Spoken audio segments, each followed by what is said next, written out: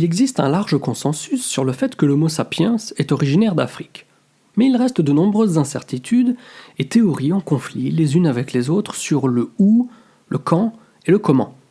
Dans un article publié dans la revue Nature, une équipe de recherche internationale suggère que, sur la base de preuves génomiques contemporaines de tout le continent, il y avait des humains vivant au même moment dans différentes régions d'Afrique, migrant d'une région à l'autre, se mêlant les uns aux autres, et ce, pendant plusieurs centaines de milliers d'années. Pour celles et ceux qui souhaiteraient aller au fond des choses, vous retrouverez le lien de l'article d'origine dans la description de la vidéo. En tout cas, ce point de vue va à l'encontre de certaines des théories dominantes sur les origines humaines en Afrique. Une théorie soutient qu'il y a environ 150 000 ans, il n'y avait qu'une seule population ancestrale en Afrique, à partir de laquelle d'autres populations ont divergé. Une autre suggère que cette population ancestrale était le résultat d'un mélange d'humains modernes avec des hominidés de type néandertal, entraînant un bond en avant dans l'évolution humaine, comme cela a été suggéré en Eurasie par exemple. Les personnes ayant adopté le modèle classique d'une seule origine pour l'Homo sapiens ont suggéré que les humains sont apparus pour la première fois en Afrique orientale ou Afrique australe. C'est ce que nous explique Brenna Henn, généticienne des populations au département d'anthropologie et au centre de génomique de l'Université de Californie. Mais il a été difficile, poursuit-elle, de faire coïncider ces théories avec les fossiles et les archives archéologiques de l'occupation humaine de sites aussi éloignés que le Maroc, l'Éthiopie et l'Afrique du Sud, qui montrent que l'Homo sapiens vivait déjà à travers tout le continent il y a au moins 300 000 ans. Ainsi, l'équipe de recherche a adopté une approche différente.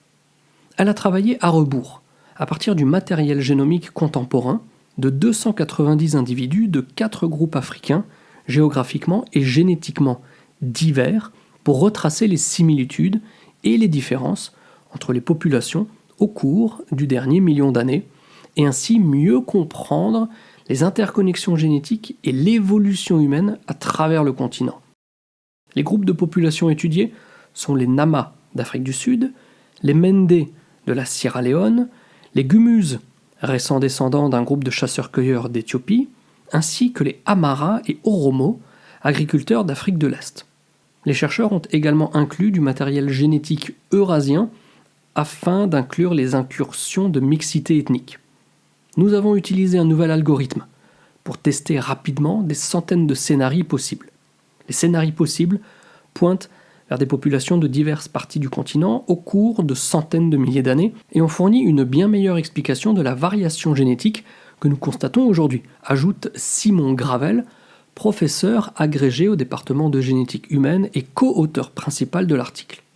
À la base, nous avons écrit cet algorithme, poursuit-il, pour comprendre comment le risque de maladie génétique varie d'une population à l'autre, et cela nous a conduit à cette plongée profonde dans les origines humaines.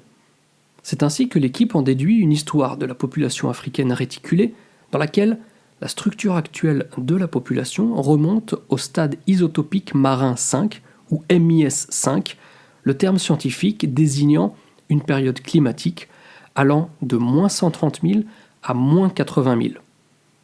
La première divergence de population, parmi les populations contemporaines, s'est produite il y a 120 à 135 000 ans, et a été précédé de liens entre deux ou plusieurs populations homo-ancestrales connectées par un flux de gènes remontant à environ 300 000 ans. Un pas de plus vers les origines de l'homme qui s'avèrent désormais être diffuses et simultanées. Il n'est pas encore possible d'en dire plus, et l'équipe de chercheurs a d'ores et déjà déclaré qu'il sera nécessaire d'étudier en profondeur chaque groupement afin de remonter les ramifications génétiques de chaque groupe en vue de savoir si l'on retombe sur une origine commune ou si la vie a réellement évolué parallèlement. D'ici à ce que je vous retrouve sur la chaîne, les amis, pour de nouvelles publications et de nouvelles réjouissances. Comme toujours, portez-vous bien et surtout n'oubliez pas de garder la passion. Ciao ciao.